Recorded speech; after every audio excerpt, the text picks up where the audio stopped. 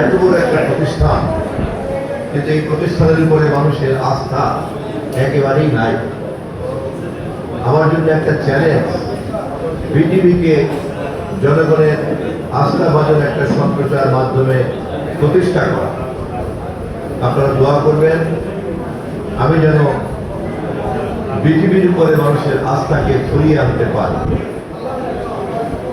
আমাদের দলের পক্ষ থেকে আমরা নির্বাচনকালীন সময় আমাদের যে ওয়াদা প্রতিশ্রুতি, সেখানে আমরা বলেছি যে আমরা গণমাধ্যমের সর্বোচ্চ স্বাধীনতাকে আমরা নিশ্চিত করব। সেই লক্ষ্য সামনে রেখেই আমি বাংলাদেশ টেলিভিশন এবং বাংলাদেশ রেডিওকে কিভাবে সময় উপযোগী করা যায় এবং সরকারের লক্ষ্যের সঙ্গে মিলিয়ে তাকে কতটা সাহিত্য শাসন দেওয়া যায় এবং কতটা স্বাধীনভাবে জনগণের সেবা করা যায়, আমি সে বিষয়ে কাজে হাত নিয়েছি। গঞ্জি প্রেস ক্লাব যেহেতু আমার দীর্ঘদিনের একটা পরিচিত জায়গা, প্রেস ক্লাবের সকলে শুধুমাত্র পেশাগত কারণেই আমার ঘনিষ্ঠ নয়, ব্যক্তিগতভাবেও তারা সবাই আমার স্নেহাস্পদ এবং আমি তাদের সঙ্গে পেশার বাইরেও আমি ব্যক্তিগত অধিকারের ভাষায় মাঝে মধ্যে কথা বলে থাকি।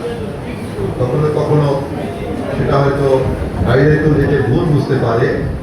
আমি সেই অধিকার নিয়ে প্রেস ক্লাবের সদস্যদের সঙ্গে কথা বলি এবং আমি আশা করি আমৃত্যু এই অধিকার আমি তাদের প্রতি প্রয়োগ করতে পারব। আমি ঈদ উপলক্ষে তথ্যমন্ত্রী হিসাবে তাদের জন্য কিছু শুভেচ্ছার ব্যবস্থা করেছি। আমি সভাপতি সাধারণ সম্পাদককে অনুরোধ করেছি তারা যেন তাদের সহকর্মীদের সঙ্গে মত বিনিময় করে আমার এই শুভেচ্ছা তাদেরকে পৌঁছে দেয়। ভবিষ্যতে সরকারের তরফ থেকে সব ধরনের পৃষ্ঠপোষকতা যাতে গঞ্জি প্রেস ক্লাব পায়, আমি সেই উদ্যোগ গ্রহণ করি। আগরতলা উপজেলার প্রেস ক্লাবের নেতৃবৃন্দ যারা এখানে উপস্থিত আছে, সাইকেলটা দেখতে পাচ্ছি, আমি তাদেরকে বলেছি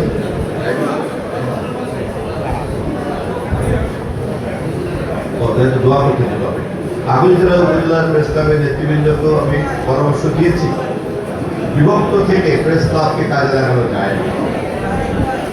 প্রেস ক্লাব মানে একটাই অস্তিত্ব, এক এলাকায় একাধিক প্রেস ক্লাব থাকতে পারে না। অতএব প্রেস ক্লাবকে সঠিকভাবে এককভাবে দাঁড়াতে হবে। আমি সহযোগিতা করব।